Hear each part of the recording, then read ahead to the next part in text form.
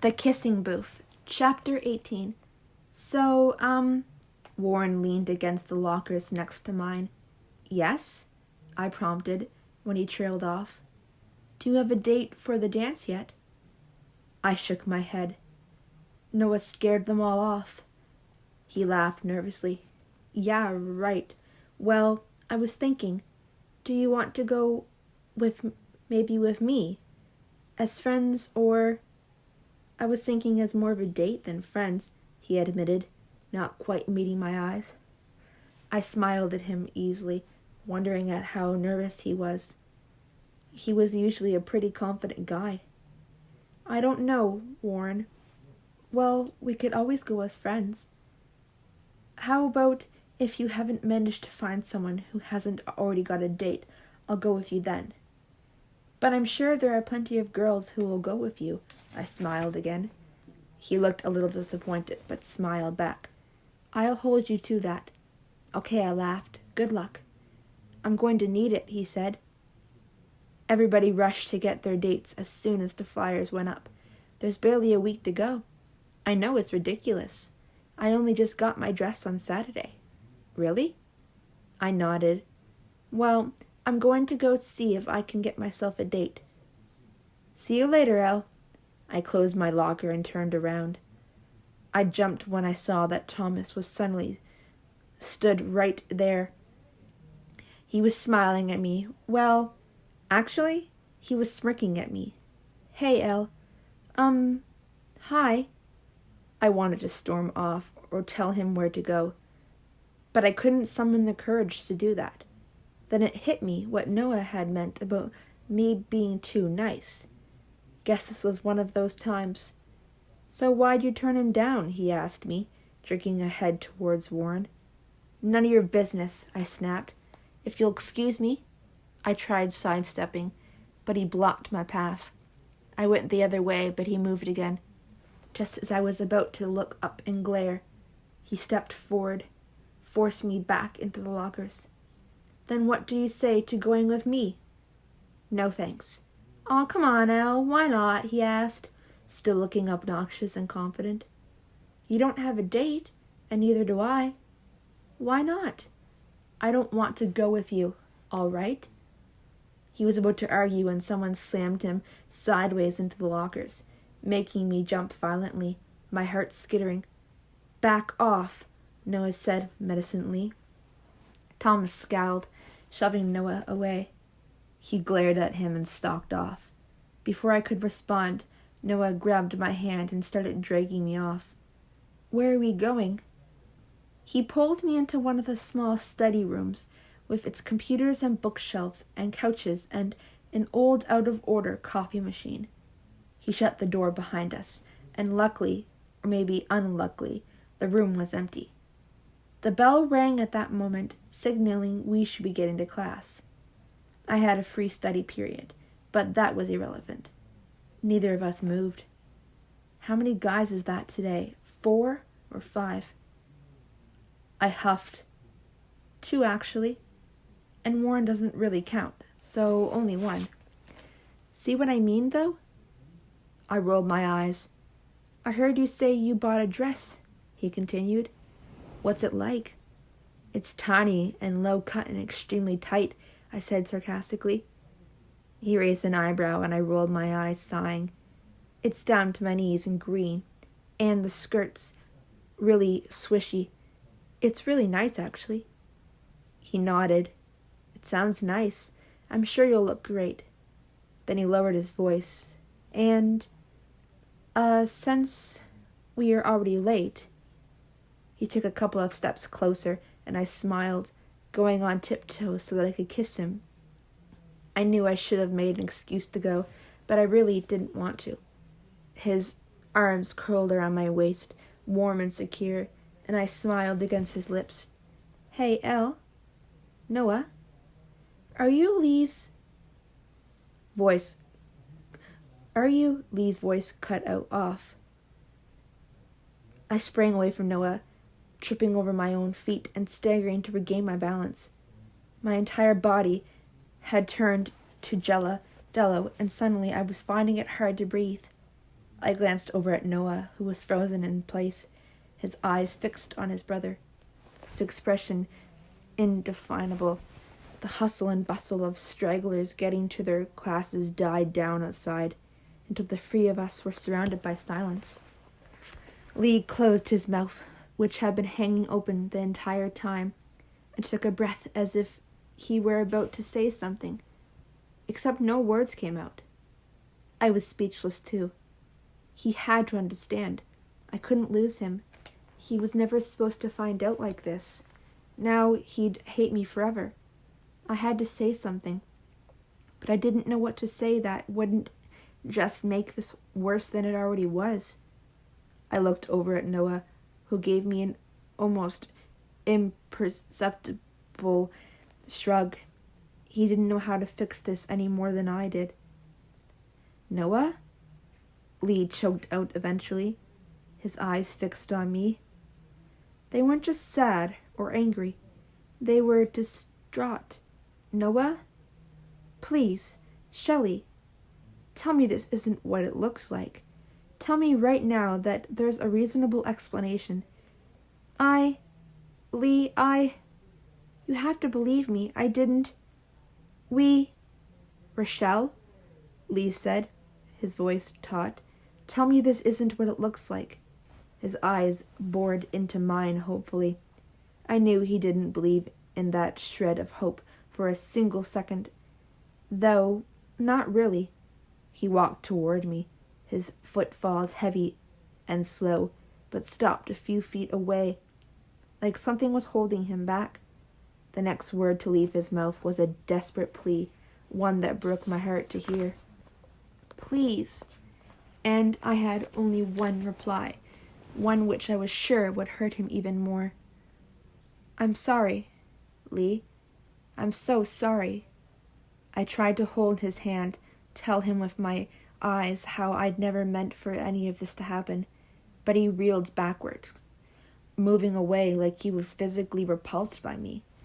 Tears welled up in my eyes, and a lump rose in my throat. I wouldn't let myself cry, though. Lee might just think I was pathetic. Please, Lee, it's not like I was. Not like you were what? He snapped.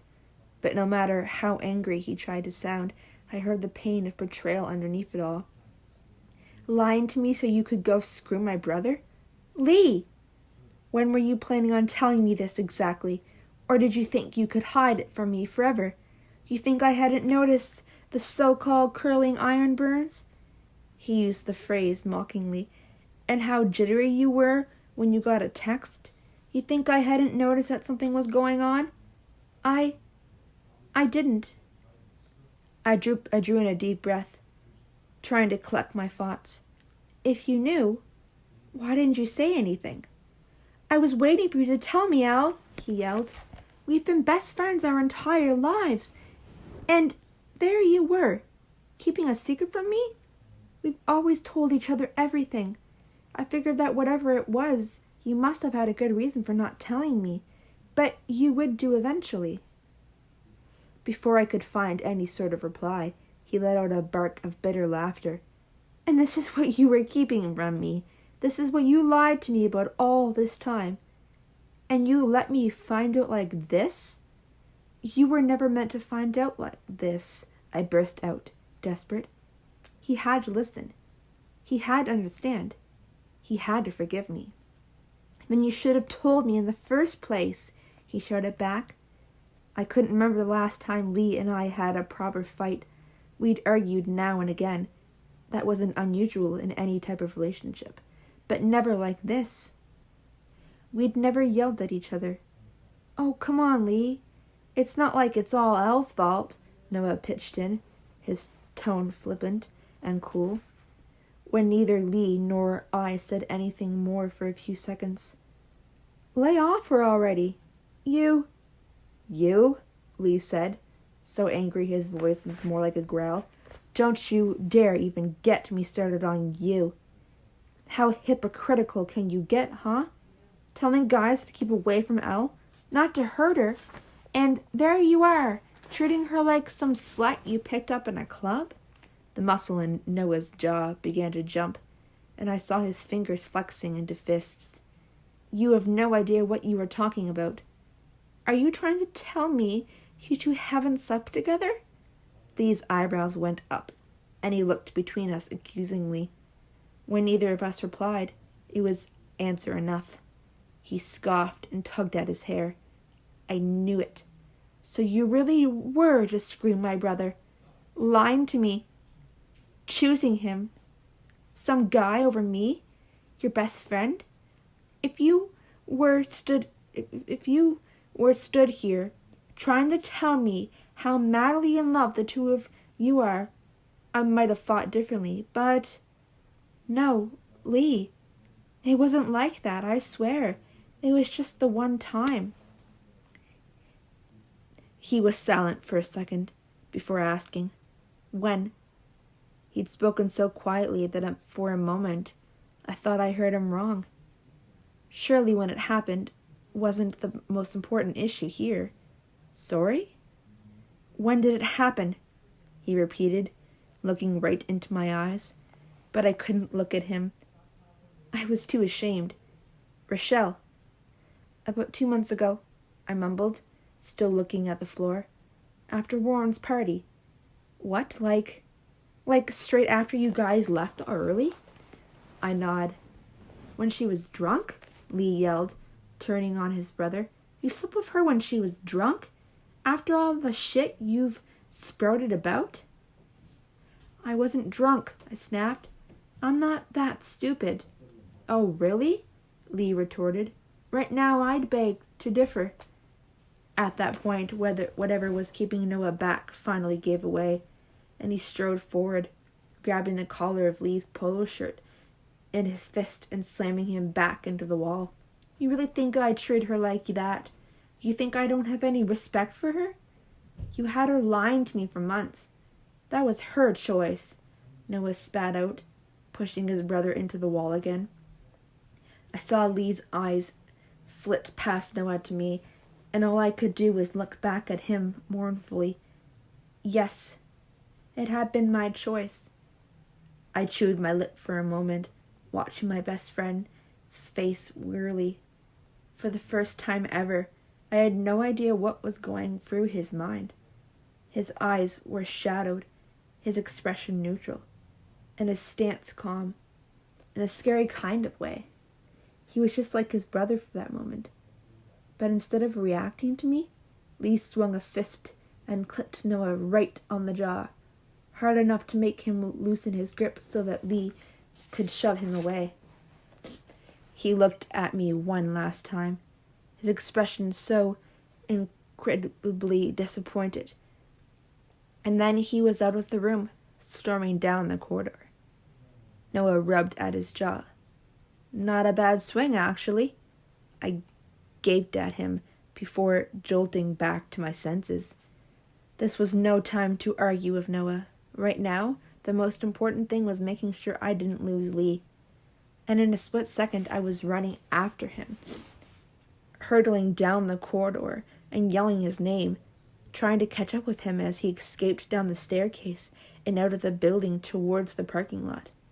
I heard Noah chasing after me, but didn't pay him any attention. Lee was all that mattered. Lee, would you please just stop for a second? I yelled, clutching at the stitch in my side. I was totally out of breath. Lee was just about the biggest person in my life, except for the whole Noah thing. He knew everything about me. He knew my bra size. He knew I hated the smell of jojoba in the shampoo he used to use. Hell, he even knew I had a birthmark shaped like a strawberry on my butt. He was my other half. I couldn't lose him. We were supposed to be best friends until the day we died, and we'd probably even do that together, too. We were born just minutes apart. Some people say you'll fall in love, and that's the person you'll spend forever with, the person who will know your deepest and darkest secrets and still love you even then, the person who will know exactly the right thing to say to make you laugh or smile or feel better. They'll be the person who, no matter what, you can't live without. I couldn't have cared less about whoever I fell in love with. To be honest, I just cared about losing Lee. Lee stopped in his tracks, his back to me. I could see the tension knotting the muscles of his back, and he was breathing hard. What felt like eons later, he turned around to look at me, just as Noah jogged up and slowed to stop behind me. Lee's hands were balled into fists, but they still trembled. His jaw quivered too. He was fighting so hard not to cry. "Please," I said quietly. "It's not like you think." "Then what the hell is it like?" he snapped back. "I can't believe you, Elle. Lying to me for months and going behind my back to be with my brother? Of all people! Do you have any idea how that feels, knowing my best friend picked my brother over me just for sex? I didn't pick. No, wait, it wasn't for..."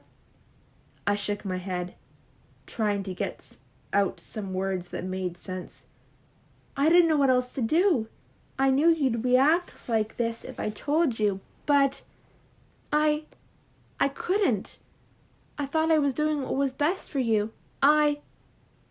You know what, Rochelle? Save it for someone who gives a damn." He climbed into his car. He put the engine in gear, reversed out of the space, and left. And I wasn't sure if he'd ever come back.